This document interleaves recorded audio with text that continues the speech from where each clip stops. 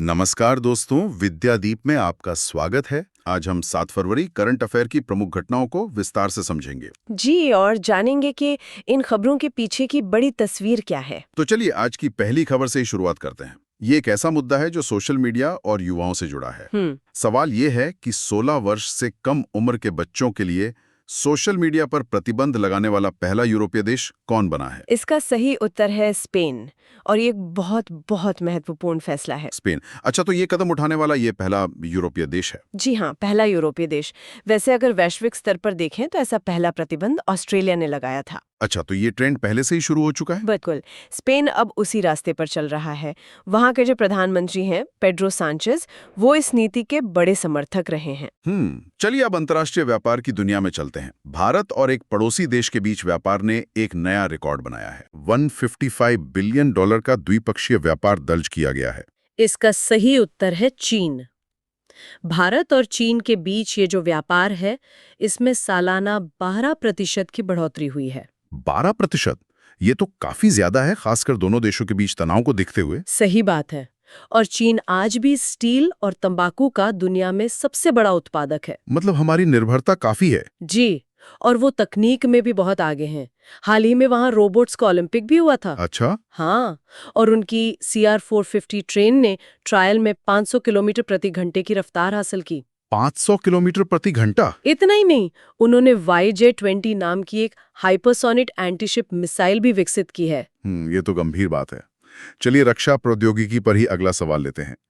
किस देश ने हाल ही में खबोव्स्क नाम की एक नई परमाणु पनडुब्बी लॉन्च की है? ये पनडुब्बी रूस ने लॉन्च की है। खबोव्स्क, इसकी क्या खासियत है? इसकी सबसे बड़ी खासियत है कि ये पोसाइडन को ले जा सकती है। पोसाइडन? ये तो वो मानव रहित अंडर वाटर ड्रोन है ना? जी बिल्कुल, जिसे कुछ लोग प्रलय का हथियार भी कहते हैं।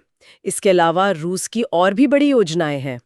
जैसे 2036 तक चंद्रमा पर एक विद्युत संयंत्र स्थापित करना, और वो इंटरनेशनल बिग कैट अलायंस का 19वां सदस्य भी बना है। अच्छा। और साथ ही रूस अफ्रीका में अपना पहला नौसेना बेस भी स्थापित करेगा। मतलब रूस हर मोर्चे पर अपनी मौजूदगी बढ़ा रहा है। चलिए अब वापस भारत आते हैं। केंद्रीय गृह मंत्री अमित शाह ने हाल ही में भारत टैक्सी पहल का शुभारंभ कहाँ किया है? इसका शुभारंभ नई दिल्ली में हुआ है।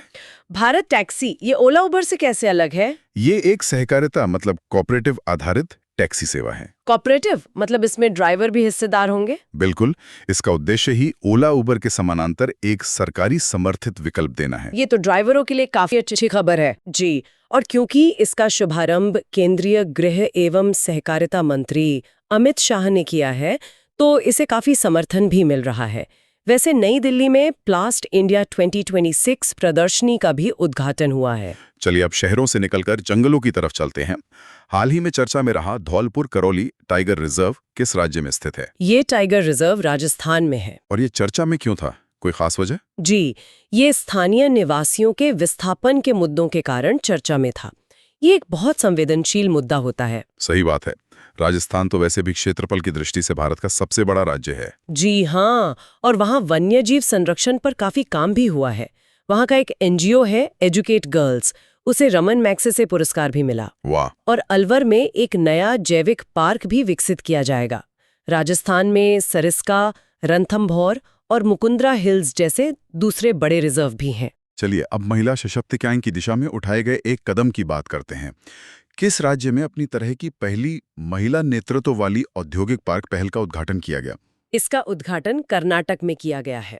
महिला नेतृत्व वाला औद्योगिक पार्क? जी, ये तो बहुत ही अच्छी पहल है। जी, बहुत ही प्रगतिशील कदम है। इस पार्क का उद्घाटन FLO यानी FLO बेंगलुरु ने किया है। और कर्नाटक तो वैसे भी कई मामलों में आगे है। बिल्कुल, कर्नाटक भारत में कॉफी, मक्का और नारियल का प्रमुख उत्पादक है और राज्य ने गिग वर्कर्स वेलफेयर बोर्ड को भी अधिसूचित किया है। ये बहुत जरूरी था। हाँ, और बेंगलुरु को भारत का सबसे सुरक्षित शहर भी घोषित किया गया। और एक और मजेदार तथ्य, भारत में हाथियों की सबसे ज्यादा संख्या भी कर्नाटक में ही है। क्या बात है। चलिए अब एक सम्मान की बात करते हैं। जी, भूटान की महारानी को किस राज्य में सोल्जर ऑफ ह्यूमैनिटी पुरस्कार से सम्मानित किया गया? उन्हें ये सम्मान असम में दिया गया। जी, पुरस्कार पाने वाली हैं भूटान की महारानी डोजी वांगमू वांगचुक। असम वैसे भी भारत का सबसे बड़ा चाय उत्पादक राज्य है और गैंडों के लिए भी मशहूर है। हाँ, और एक बड़ी उपलब्धि ये है कि असम ने 2025 में 0 गैंडा शिकार का लक्ष्य पाया है। अरे वाह, ये तो कमाल की खबर है। बिल्कुल। काजीरंगा नेशनल पार्क वहीं है और वहाँ एक दहिंग पटकाई नेशनल पार्क भी है, जिसे पूर्व का अमेज़न कहते हैं। पूर्व का अमेज़न, दिलचस्प। अब भारत सरकार की एक महत्वपूर्ण योजना पर आते हैं। विश्व बैंक ने भारत की पीएम सेतु योजना के लिए कितनी राशि के ऋण को मंजूरी दी है? विश्व बैंक ने $830 मिलियन के ऋण को मंजूरी दी है। अच्छा, $830 मिलियन, ये तो बहुत बड़ी रकम है। बहुत बड़ी। और इस राशि का उपयोग औद्योगिक प्रशिक्षण संस्थानों मतलब ITIs के आधुनिकीकरण में होगा। अच्छा, तो ये युवाओं के कौशल विकास के लिए है? बिल्कुल। योजना का पूरा नाम ही है प्रधानमंत्री skilling and employability transformation through upgraded ITI। मतलब युवाओं को रोजगार के लिए तैयार करना। युवाओं के बाद अब किसानों की बात करते हैं। केंद्रीय बजट 2026-27 में किसानों की मदद हेतु किस AI आधारित टूल की घोषणा की गई है? इस टूल का नाम भारत विस्तार है। भारत विस्तार, ये AI पर आधारित है? जी, ये एक AI आधारित प्लेटफॉर्म है जो किसानों को सहायता देगा और ये एक बहुभाषी टूल होगा। बहुभाषी मतलब किसान अपनी भाषा में जानकारी ले सकेंगे? हाँ, बिल्कुल। उन्हें अपनी क्षेत्रीय भाषा में जानकारी मिलेगी। इस पहल का लक्ष्य कृषि उत्पादकता बढ़ाना है और इसके लिए 150 करोड़ रुपए आवंटित किए गए हैं। चलिए, ये तो बहुत अच्छी बात है। और अब आज का आखिरी सवाल खेल जगत से। वर्ष 2026 के शीतकालीन ओलंपिक की मेजबानी कौन सा देश कर रहा है? इसकी मेजबानी इटली कर रहा है। इटली। कौन से शहरों में होगा आयोजन? आयोजन इटली के मिलान और कॉर्टिना शहरों में किया जाएगा। ये 25वें शीतकालीन ओलंपिक खेल हैं जो 6 से 22 फरवरी तक चलेंगे और ये तीसरी बार है जब इटली इन खेलों की मेजबानी कर रहा है। अच्छा, तीसरी बार। हाँ। और इस बार के मैस्कॉट का नाम क्या है? इस बार के शुभंकर का नाम टीनो और मीलो है। टीनो और मीलो, बहुत बढ़िया। तो ये थी आज की कुछ प्रमुख खबरें और उनसे जुड़े महत्वपूर्ण तथ्य। जी। अब आज का सवाल श्रोताओं के लिए। आज की चर्चा में से ही एक प्रश्न है। केंद्रीय गृह मंत्री अमित शाह ने हाल ही में भारत टैक्सी पहल का शुभारंभ कहाँ किया?